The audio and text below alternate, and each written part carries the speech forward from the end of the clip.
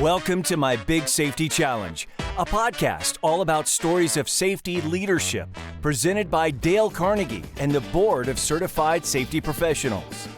Along the way, we meet various people in life that cause us to stop for a moment and think and help us, not necessarily tell us what to think, but cause us to say, let me ponder and let me think about where we're going. And the person we have today is that person. You've met him before, spent time with him. Please tell us a little bit about Keith.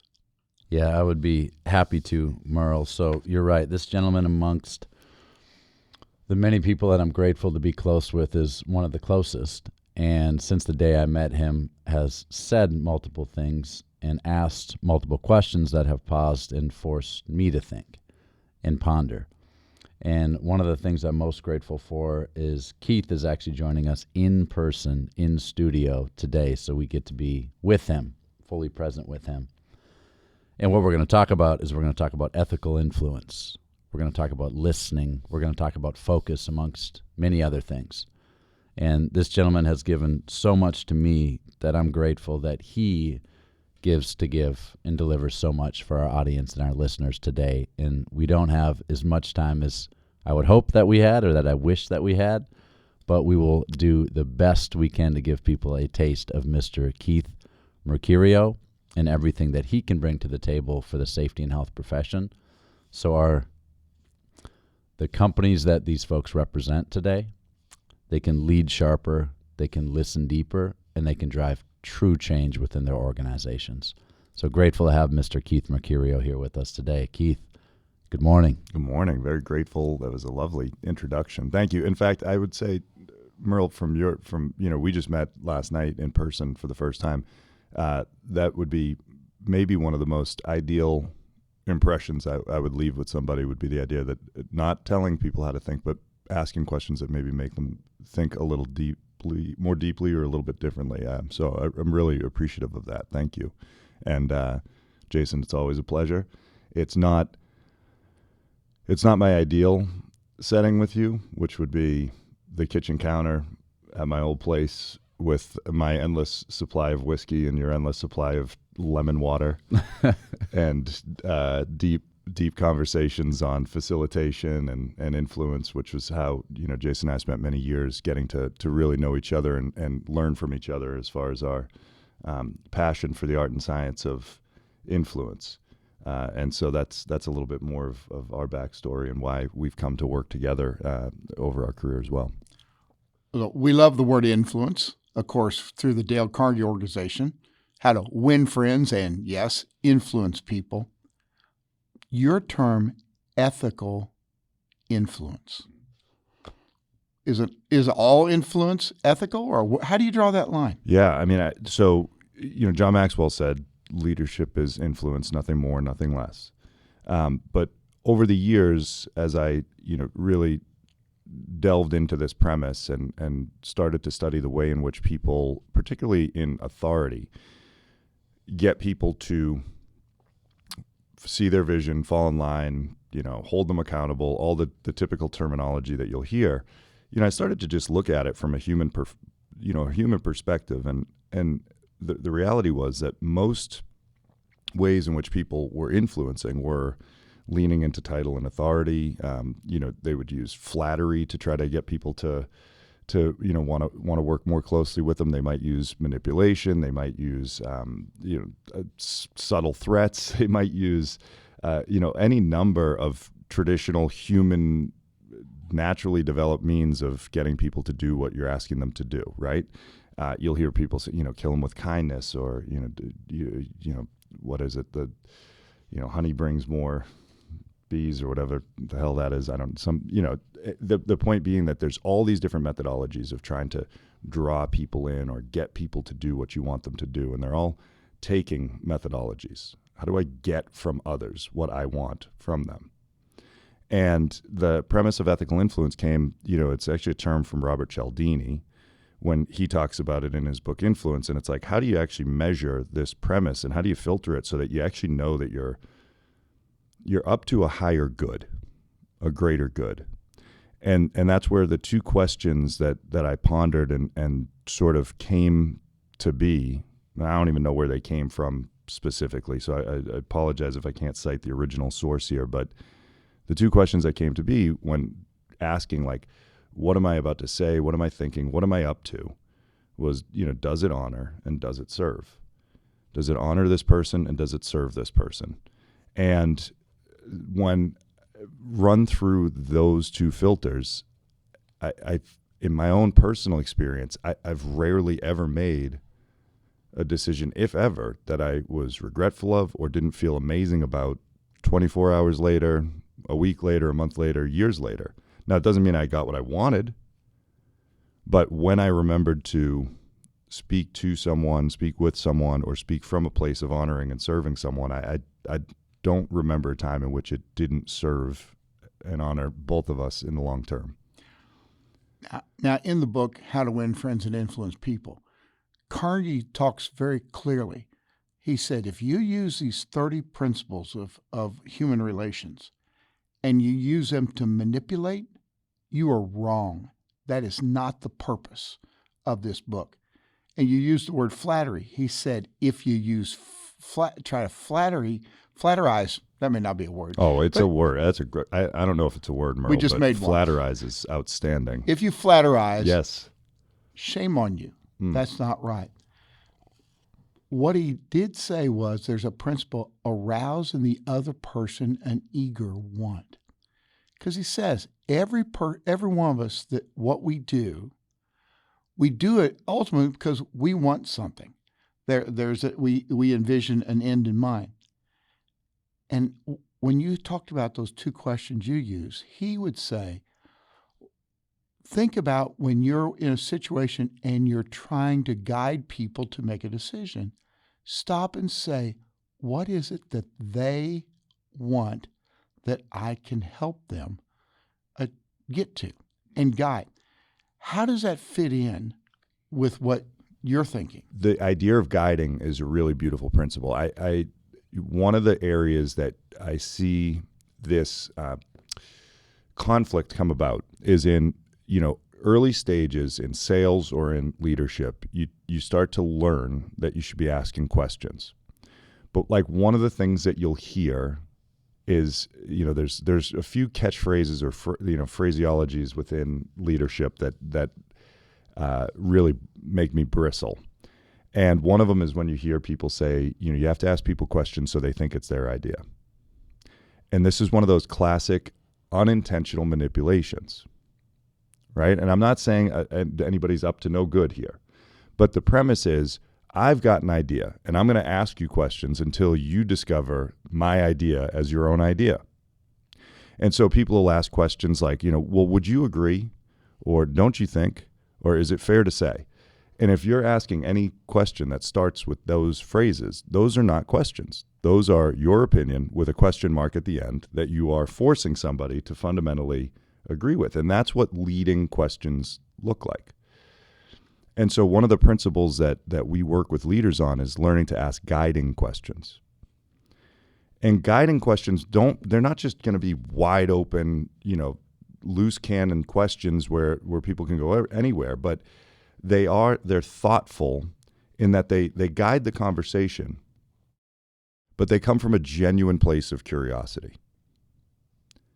And so, like one of the things that I think is just critically important is you'll hear people talk about, well, you got to make people feel heard. And this is another one of those phrases that I think is really dangerous because you can't make people feel anything. And you could make somebody or have a better shot at making someone feel heard, but not actually hear them. And so we say, don't worry about making people feel heard. Just ensure that they are heard. And then let them feel what they're going to feel. And so, this idea is we ask guiding questions, which are open-ended. Hey, what are a couple of ideas you have that would, create a safer environment while not impacting, our safety standards? Right? Not negatively impacting our safety standards. You might ask a question like that, right? And, so you see that it's guiding, right? It puts up some guardrails around the question. So it gives framing and context to allow the person to understand what we're asking. But then we're going to be genuinely curious about what they have to say. And a lot of leaders will ask a question like that, and they'll say, well, what we really, then they hear the answer, and the person says, well, what we really need to do is, we need to take people's safety, more seriously, or something like that. Or, y'all need to invest some money. And immediately the leader wants to get defensive. Well, we invested this money. If you're going to really ask, really ask. So he asked, but then when he didn't get the answer he wanted, all of a sudden he because reversed a different way. if there's not genuine curiosity there, you have to ask with courage and curiosity. So this idea of guiding questions, you ask with courage and curiosity. And the courage comes from the willingness to hear that something the courage comes from the place of being willing to have your mind changed, right? And have that person actually have a superior idea to you or yours.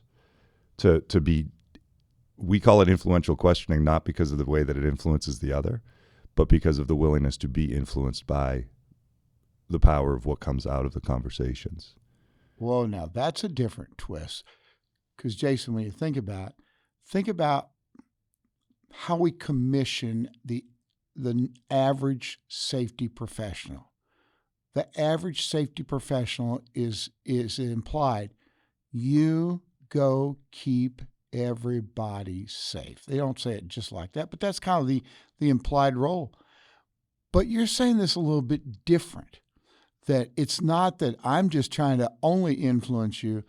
Can we do something where I'm the one I potentially could be influenced, and we're opening it up for you as an individual, an employee, a worker, to help give ideas to influence us in the whole? Is that we're going in the right direction, or have I missed For it? sure, yeah. I mean, there's some great examples of this, because I think people start to get anxious about, the idea of opening up the floor to everybody's ideas. And I think that's fair. It can be, early in my career, I was in rooms full of, technicians and professionals in the trades and things like that. And you would open up a question to the floor and things could go haywire pretty quickly. You get, one session could turn into, just a series of complaints about the company, or, ideas that aren't really, the best ideas or particularly additive or helpful. So when we do this, we have to be willing to, create the context, the framing for successful and value additive conversations, for sure. The quality of the question matters a lot. If we say something like, what ideas do you guys have? That's not a particularly good question. But if we say, hey, take a moment, I want you to reflect over the last month. What were 3 moments where you saw and felt that your that your ability to do your job freely was being encumbered by safety standards that you didn't understand or agree with? Right? Now, that's a very different question, right? We're going to get people to explore, or I guess in that almost a command, but we're going to get people to explore their own experience. We've given them context, like give me 3 examples, so having them go a little bit deeper. We've given them really beautiful framing around the question, right, where it can be experiential. And now we have the opportunity to learn from that. They don't necessarily have to have the idea how to fix it. But by asking them their own experience, which we can't argue with, right? We can't argue with somebody else's experience. We can really learn from it. And now we're going to listen. Now, they may say something that, we disagree with, or maybe they were out of protocol and, we can tell. That's not the point. Like, this is about genuinely asking people questions to learn from them. And then from there, being able to take and reflect and bring maybe your best ideas on how can I now respond to that, not in that moment per se, although maybe, but how can I respond to that with, a way of making improvements that'll improve the quality of their life and their work. So, Keith, tell me a little bit about this. I've been told before that if we ask questions that people have heard before, it doesn't trigger any original thought. But if we ask new, novel questions, it forces new and novel thought. And for example, if we ask our workers, do you have any safety concerns? not a lot of thought went into that question in the first place, and they've probably heard that question 100 or 1,000 times. But the question that you just referenced, that's new and novel. I've never heard that question. So what's the power and what's the impact of asking really thoughtful questions that maybe people haven't heard before? What you're saying is so important. Getting away, there's two things I think that are really important to avoid in communication. George Bernard Shaw said that the problem with communication is the illusion that it took place. And when we say something like, what safety concerns do you have? Do you have any safety concerns? And they say no. And then something comes up on the floor or whatever else, and we have an incident, then there's this whole idea like, well, I asked them, if they had any concerns. They said no. Leaders have to understand that asking questions like that, it's not only is it ineffective, it's borderline irresponsible, because you're not creating an environment that really elicits thought, original thought, inspires novel thinking, new ideas. So, Tony Robbins says, that the quality of your life is in direct proportion to the quality of the questions that you're asking. And the same goes for your leadership. So we have to be really careful of asking standard questions that have been asked a million times. Certainly, do you questions, yes or no questions, or they can be helpful when we're just wanting to pivot in a conversation. Does that make sense or no? Great, fine. But really, we want to be asking open-ended questions, who, what, when, where, how questions. You'll notice I leave why off the list, because typically when we ask why, we're almost always forcing somebody into a defensive posture. They're going to have to justify. So be really thoughtful about deploying the word why in your questions as a leader, as a human.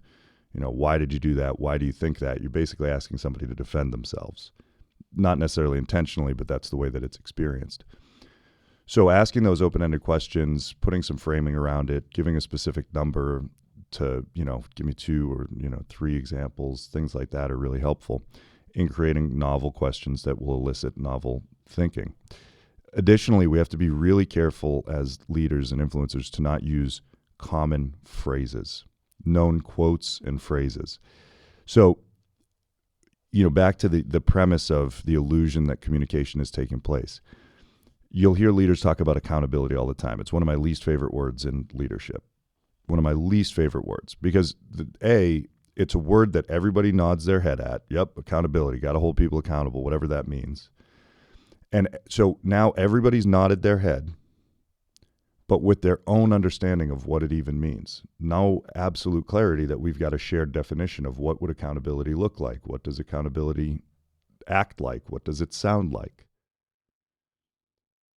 And so when we use these known phrases and we think we've struck a common agreement, that's the most dangerous place we can be in. Because now we walk out of the room with both of us having agreed to something, but only based on our own experience of that concept or content. And so it's a really, like learning to then ask those next questions if you're going to use the phraseology. So what would accountability look like in a scenario like this? Okay, like how often might you check in with that person? And when you check in with that person, would you be telling them about where they're at, or would they be reporting to you? And you can, I don't have an opinion on that. You can convince me it's one way or the other, so therefore it's not a leading question. But it's actually walking down that road with somebody to make sure that we are truly understanding and speaking the same language. Now, I'll just add one more piece. Long answer to a really good question, elicited a lot of thought, is if we can start to use original phrasing, we're likely to, at bare minimum, elicit a little bit more curiosity. So, for example, I say, I don't believe in accountability. I believe in systems of accountability that inspire personal responsibility. Okay, what does that mean? Well, it's really systems and operational excellence, in my mind, that create organizational accountability. Weekly one-on-ones, quarterly goal setting, along with an expression typically, within a group of how well we did compared to what our goal was. Having weekly scorecards where we review with people how effectively we hit the markers that we were, guiding towards. Look, we're creating tribes inside of a business. That's what we are. We're tribal people. We want to fit in. We want to be successful within the tribe. So when we set up team-oriented goals, individual metrics maybe within those team-oriented goals, and then we come together and we have to express whether we hit our markers or not with shame, not with public condemnation, just literally reporting on it. What is that? That's a system of accountability. What does it do? It inspires personal responsibility, because within that, I don't want to come into the meeting with my peers that I value deeply at a table that I'm really honored to get the chance to sit at and report 3 weeks in a row that I haven't hit my markers. So it's a system that inspires personal responsibility. Right? Now, I don't know about you, but to me, that's a significantly more valuable premise than going and telling someone, well, you got to hold people accountable. Which seems very vague. Right. Yeah, it is vague. And by the way, it almost always has to do with what do you do? Like, accountability is almost always the repercussions of not getting your job done. Nobody talks about accountability from the reward system, from the positive. Yeah. What you got? Yeah, so, and I really appreciate you bringing that up. It actually leads me into, there's a speaker in our space, very thoughtful, very brilliant speaker, and he says before an incident, that's when we should be speaking about accountability. After an incident, our focus should always move towards learning. What are your thoughts on that? Yeah, I mean, who is that? Do you have the name? Yeah, it's Dr. Todd Conklin is his name. He's an author, speaker, brilliant man. No kidding. I mean, that's a beautiful framing. It's the same way I feel about like critical feedback. Don't give it in the moment after the thing has already taken place. You're just going to pierce somebody, and give space and time to critical feedback. I say, unless somebody's about to get hurt or the building's going to burn down, you don't need to give critical feedback in the moment. You don't need to have punishments in the moment. You don't have to, like, those are almost always done to make people feel like there was a consequence. Well, the consequence was whatever went wrong. Now, I'm sure that there's a million folks out there in the legal space or whatever else that would have different reactions to this. I'm not interested in the legality of what takes place in this life so much as I am, the influence and whether we're honoring and serving people. And so when I look at leadership, I don't get wrapped up in the idea of like a right and a wrong way. In fact, I think that's a really dangerous concept, and a really, well, frankly, ineffective concept. And so instead I move into like, is it effective or ineffective? And very rarely are punishments, holding people accountable, significant consequences after an incident, very rarely do those do anything to inspire a more successful, healthy outcome and culture after.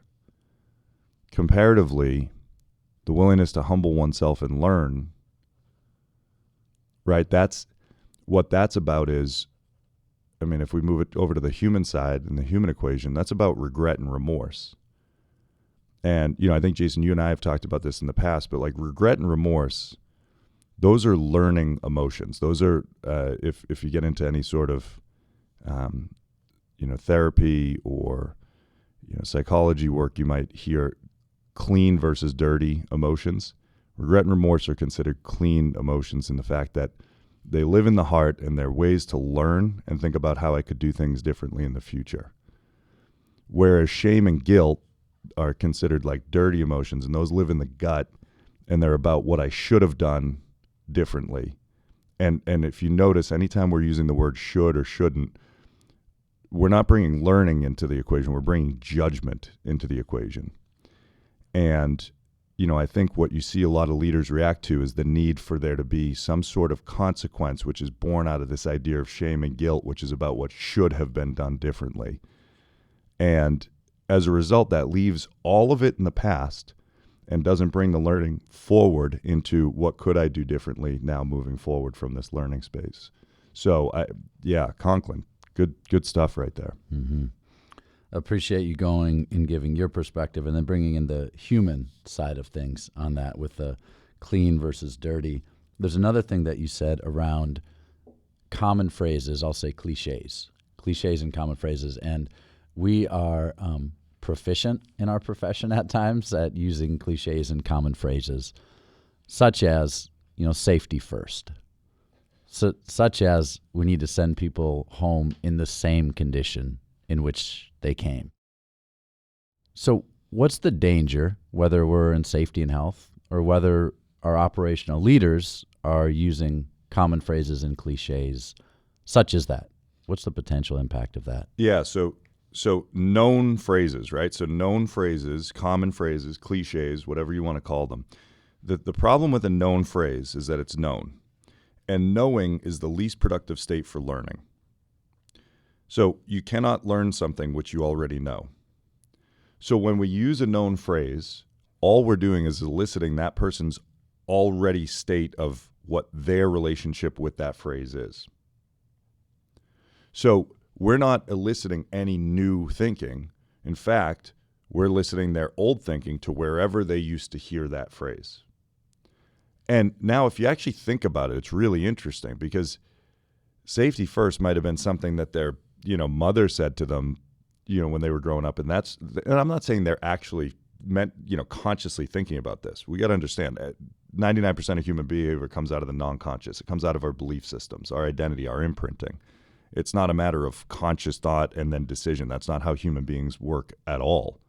And for those of you out there who think that you're the super logical, that you're the one that's operating with this ongoing consciousness, that's your own belief system that's filtering your own understanding of yourself. So all of us are under the same fog of our imprinting. It's just a matter of, I think, how deeply we start to delve into it and understand why we think the way that we think.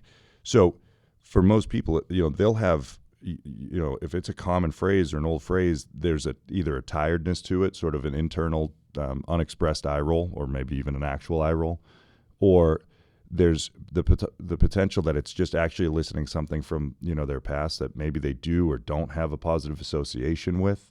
They might have had a coach that used to say something and they didn't have a good season with that coach. That was the end of their high school basketball career, and they don't know why, but they just know when they hear that phrase, something in their body tightens up and they don't like it. So there's all these different ways that known phrases and cliches create old reactions in people. And you don't have control over what their old reactions are. I mean, we have to be careful of the illusion of control at all, I think, as human beings, certainly as leaders, and definitely as safety professionals. Y'all are control freaks. And he knows our tribe well. Oh, my God. We'll get into those people. Well, you know what? No, let's do it right now. I'll just say, I just want to remind, the safety professionals out there, that your beautiful brains are wired to see what's wrong. Okay? And I love that about you. Thank you for that. And the fact that you see what's wrong doesn't stop when you leave the job site. This is how the people in your life are experienced. This is how the circumstances in your life are experienced. Like, just a heads up out there to our safety pros who are trying to control every outcome and avert every, danger and see what's wrong in all scenarios. Like that self-awareness is something that needs to be evolved and developed. Yeah. Keith, that sounds so good, though. I've got to be alert to the problems. What is the end result and byproduct of having that perspective along the way? Yes, could be, it's great that you would be watching for what's wrong. That's your superpower. We're not asking you to be any different. And certainly you're not going to make your mind work particularly different. Like, you're pretty fixed being. Once you're past the age of 8, you're a pretty fixed being. And so it's just a matter of, as we evolve self-awareness and evolve our ability, and that's what, ethical influence falls into 4 categories: awareness of self, influence of self, awareness of others, and influence of others. And when I coach and teach and speak from stage on this topic, it's everything lives within those 4 quadrants. It's the idea that everybody should see the world the way you see it. It's the idea that this stuff is obvious. It's the idea that this stuff is right. It's that what you see is right, or the way that our protocols are right. That's a really dangerous mindset. Additionally, when it comes to, talking about the idea of how, people, I shouldn't look at what's wrong. Well, you can focus on what could go wrong. That's fair, okay? And I think that that's important for identifying danger. But you have to be really careful about speaking to what you don't want. Okay? And so why? Yeah. Yeah, I believe you. Why? So the premise is that what you focus on, you find. What you focus on grows bigger, and what you focus on, you become. And this isn't just a philosophy, it's a science, and it's the reticular activating system of the brain. And so the reticular activating system is this phenomenal mechanism that lives deep in the limbic system in between and in concert with the amygdala. And what it has to do with is like the non-function or the non-conscious function of the body. So for example, it's responsible for blinking, breathing, heartbeat, all the millions and millions of functions of the body that we could never consciously think about. But it also has this kind of remarkable role in that its job is to filter what information makes it through to the conscious mind. So the non-conscious is processing 11 million bits of data per second. Right, the non-conscious being the total, the non-conscious as we understand, because we got to get really clear: the mind and body are inextricable. They're one thing. They're not two separate entities. And so, 11 million bits of data per second being processed by the non-conscious. Meanwhile, the conscious mind is capable of processing at most 50 bits of data per second. And so, this reticular activation system is responsible for deciding what of the 11 million makes it through to the 50. All right, so like the best example I can give you of this thing functioning that most people can relate to is whatever car it is that you drive and bought and shopped for. Merle, what do you whip around? Toyota. Oh, which one? A Camry. Toyota Camry. Well, this is the occasion in which this analogy doesn't work at all, because you do in fact drive one of the most common cars on the road in America. I have an example. I think that yeah. Years ago, we knew we needed a bigger vehicle because our family was getting one. It was getting bigger, and we went to the store or a dealer and test drove a Ford Aerostar minivan back in the day. Mm-hmm. I'd never noticed one before. Right, and then what after happened? that, yeah, they were everywhere. Right, we see them everywhere. And if you learn a new song, you hear a new word, you develop a new language. Somebody mentions a book that you'd never heard of, and then somehow that book pops up, later that day, and I just learned about that. This is the reticular activating system at work, because what we've done is, by focusing on something, becoming intensely focused, feeding the brain something, we're telling the reticular activating system, hey, want you to keep on the lookout for this thing. And so the reticular activating system, when you started shopping for Aerostars, which, man, that's some good early 90s stuff right there. Back in the dark ages. Yeah, that's some good early 90s reminiscing right there.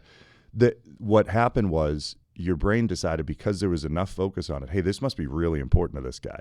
So we're going to make sure he doesn't miss a Ford Aerostar on the road.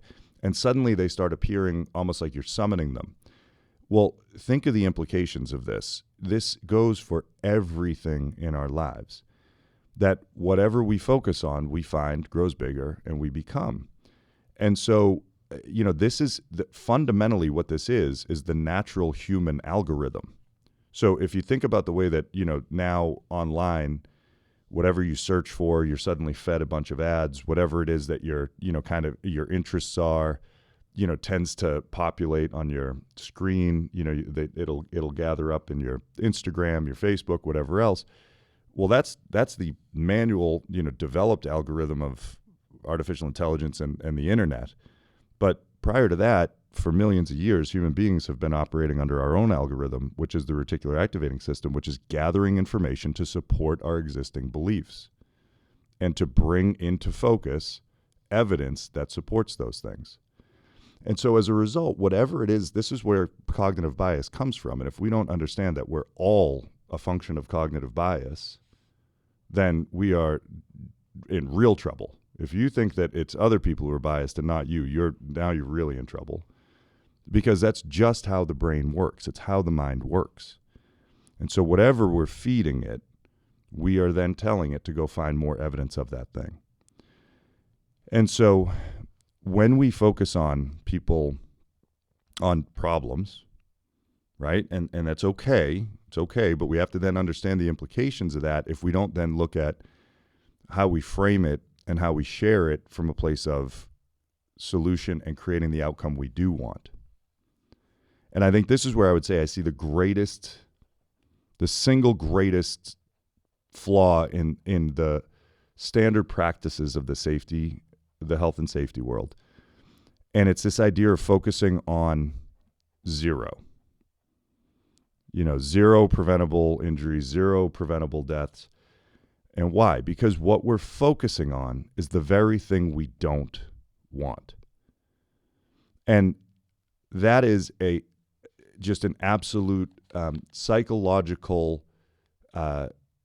dissonance that can't exist. If I say, the famous example, I think it was Eckhart Tolle, don't focus on the pink elephant, right? Like, what does your brain do? It sees the pink elephant. Any golfer knows this if they've ever stood on a tee box. Like, just don't hit it in the water. Just don't hit it in the water. It goes like straight in the water. That ball's going right to the water. I'm a skier. I ski in the trees. And when you first start skiing in the trees, you're terrified of hitting the trees. So what do you look at? The trees.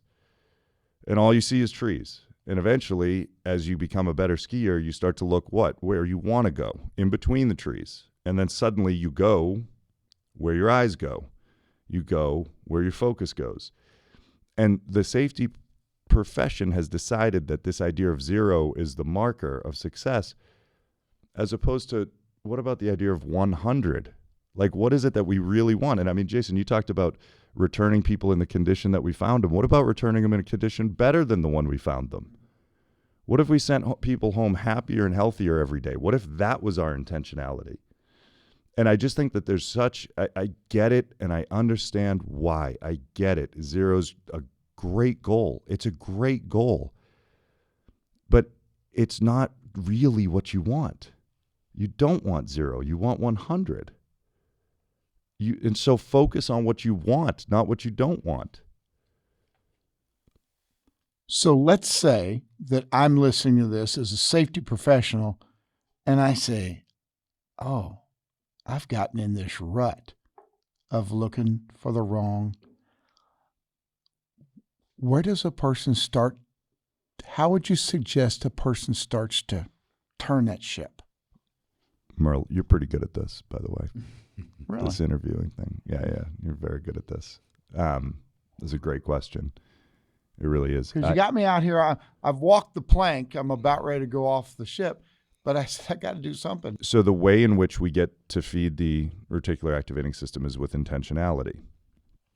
We're in trouble when we just allow life to come at us. And again, I don't want to, overstate the illusion that we can control what life is going to do. I mean, that's my ongoing discovery of 2024, and the illusion of control is a big part of my thinking, and not being overly prescriptive about this. But there's a few different ways that we can start to rewire the brain. And what we're doing, I love, you called it a rut. That's exactly what happens in human thinking. I mean, literally what it is neural pathways. So the more often we think a thought or feel a feeling, the more we fire a neural pathway. The more times we fire that neural pathway, the more myelin protein covers that pathway, and the stronger it becomes, the more accessible it becomes. And eventually, if it's a negative, we call it a rut. If it's a positive, we call it a groove. And my buddy Bobby Hamilton always likes to say, today's groove is tomorrow's rut. So be careful for that. But the idea is that, whatever we're naturally thinking, the synapses that are firing, they become very accessible to us. I believe, Jason, you introduced me to this study years ago, so I'm going to take a run at it, and you tell me if I got it right. I think human beings think something like 40 to 60,000 thoughts per day. Of those, 98% are identical to yesterday, and 80% of those are negative. Does that sound accurate? Yeah, it sounds accurate. And sir, to cite a resource, UCLA Resnick School of Neuropsychiatry, I believe, is where that study came from. And yes, that is accurate from what I understand. Yeah, and so that was, so when we think about that, we're naturally as human beings designed to see what's wrong. That's how we survived, right? Those are survival instincts, and so they're very helpful for survival. They're not very helpful for thriving. And so, thriving requires discomfort that is out of connection with the bare minimum to survive. And so what we can do as human beings is we can start priming our brains with new points of focus and intentionality to start to create new awarenesses that will come into view. And so like the most practical things that we can do is just set some intentions for the day. Like today I'm going to show up and I'm going to point out 5 things that people are doing well. Right? Yep. You want to stop me there? Which is, if you think about when the average safety professional walks out on the floor, walks out to the work site, walks among the people, most people are saying, uh-oh, I wonder what they're going to say now, what they're going to point out. And when the person falls into that rut of the only time they talk to people is to say, hey, buddy, get that, don't do that. Don't do that. Now, this like everybody's braced for the guy. You talk about the common routines and the common patterns. They're braced for this guy and they avoid him, guy or gal. But now you're saying, what if we bust that? Yeah. Well, 2 things just that you just elicited. One, when people walk into the room, energy moves, right? No matter what. I mean, we know this not just, from a spiritual perspective, but a metaphysical perspective. I mean, it's a very real thing. Energy moves. And you're either bringing energy or taking it. And if you're not sure, you're definitely the one taking it. Right? And so like, we can fall into those, those patterns where we walk in the room and people just, oh boy, right? Like the heads drop, the eyes divert. There's all of that. Well, it's probably because that's what you're bringing with you is negativity, criticism, criticality. Again, it's your superpower. I don't want you to feel bad about this out there. I just want you to understand the effect that it has, because your job is to be influential.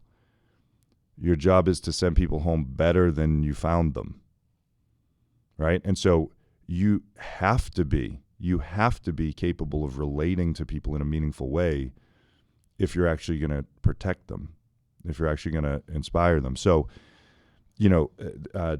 another one, Jason, that you introduced to me there were 2 separate studies. One was done on healthy relationships. One was done on high-performing teams. And they both discovered that the magic ratio of positive to critical feedback was 5-1, right? 5-1 ratio. Now, for some reason, when people hear this, they always think that means that they need to say 5 complimentary things before they can drop their critical comment. That is not what I'm talking about. I think you look really good today, and you're mostly doing a good job, and I'm really happy that you work here, and I want you, but also, but you suck. Yeah, but also, that's not what I'm saying, folks. What I'm saying is if out of a sample size over a month period, that from you, an employee, a team member, a colleague, a wife, a husband, would have heard 5 positive comments for every 1 critical. Right? It's a ratio. It's not a formula. It's a ratio. So, to prime the mind, right? If I set out in the morning with some intentions, I'm going to go out and I'm going to find, 5 things that I want to point out that people are doing really well. I'm going to make it a point today to thank 3 people for something that they did last week, right? I'm going to make it a point today to, maybe walk into work with some intentionality and ask people how they are before I ask them for anything. Just setting some intentions is priming the reticular activating system. Super powerful. A little bit more, maybe personally minded, but critically important, maybe the most important when it comes to developing resilience would be a practice of gratitude. Sitting in gratitude for things that we have, that we've experienced, that we've discovered, good, bad, and different. Because gratitude is the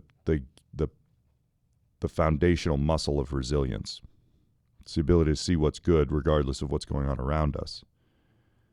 And so if we want to become more meaningfully, effectively, and I'm careful about this, Jason. I don't people start to confuse this with positive thinking. I do not believe in positive thinking. I believe in powerful thinking.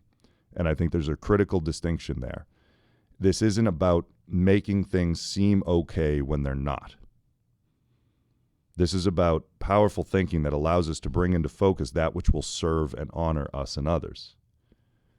And so, when people don't get a good night, sleep, I think, Joel, you said you've got one of our team members here. You had your baby's sick, right? And so we got a little viral infection. And so you were up late last night. You didn't get great sleep. I'm not going to ask you to pretend that you're full of energy today. That's just disingenuous. That's lying to ourselves. So how do we use language to shift our focus? What, Joel said to me, I didn't get a ton of sleep, but I got enough to have a great day. Okay? So he just did this on his own when I asked him about his night last night. So what did he do? He said the truth. I didn't get a ton of sleep. But now he used language really thoughtfully there, or powerfully. I don't know if he did it thoughtfully. I think he's naturally wired this way, or he's learned this, which is very impressive. I didn't get great sleep, but I've got enough to have a great day. Well, that's a remarkable statement, because what have you done? You've taken the truth, but also shifted to the truth that is more going to serve and honor the man, the day, the team that's depending on him. That's powerful stuff. And so we can be sick, but also be tough. We can be tired, but also be resilient. And so, how we frame our thinking, how we create our language allows us to find, the ability to summon our power through our language, through our focus, prime the mind, prime the reticular activating system. And now you've given it this subtle but critically important command to focus on, acknowledge the tired, but focus on the toughness. Acknowledge the sick, but focus on the resilience. And now that's what you're summoning for the day. So what if he had said, yeah, it was a terrible night of sleep. I hope I can make it through the day. I'm going to gut it out.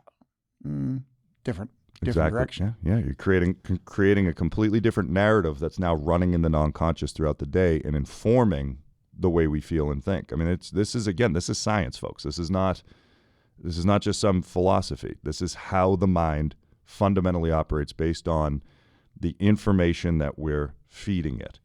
And so, schema, the premise of all that we're absorbing, like this is why it's so important to have intentionality about what we're being fed, why the mindless scrolling can be so dangerous, why, whether news sources can be so dangerous, what we're consuming can really misinform the mind as to what reality looks like. And so we have to be thoughtful, and we have to be most thoughtful, in my mind, of the language we use, particularly when we speak to and of ourselves. And Keith, when we think about even Dale Carnegie's principles, there are some of those that really, I believe, fit with what you're talking about here, about give honest, sincere appreciation. Yes. Become genuinely interested in the other person.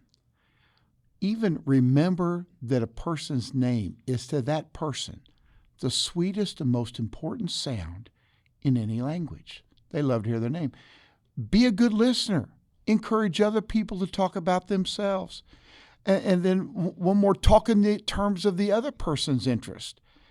And then one more, to work to make the person feel important and do it with sincerity. And all of those sound like the kind of things you're saying. These are ways to approach as we're going through our day to set its activity we can do to influence us in the way we are and how we approach other people. It's beautiful. Seems like you've really studied this stuff carefully. Once in a while. Carnegie stuff. Those are beautiful tie downs to it. There's only one that I would just make a little note about. Please. The idea of making people feel important, just being careful about that.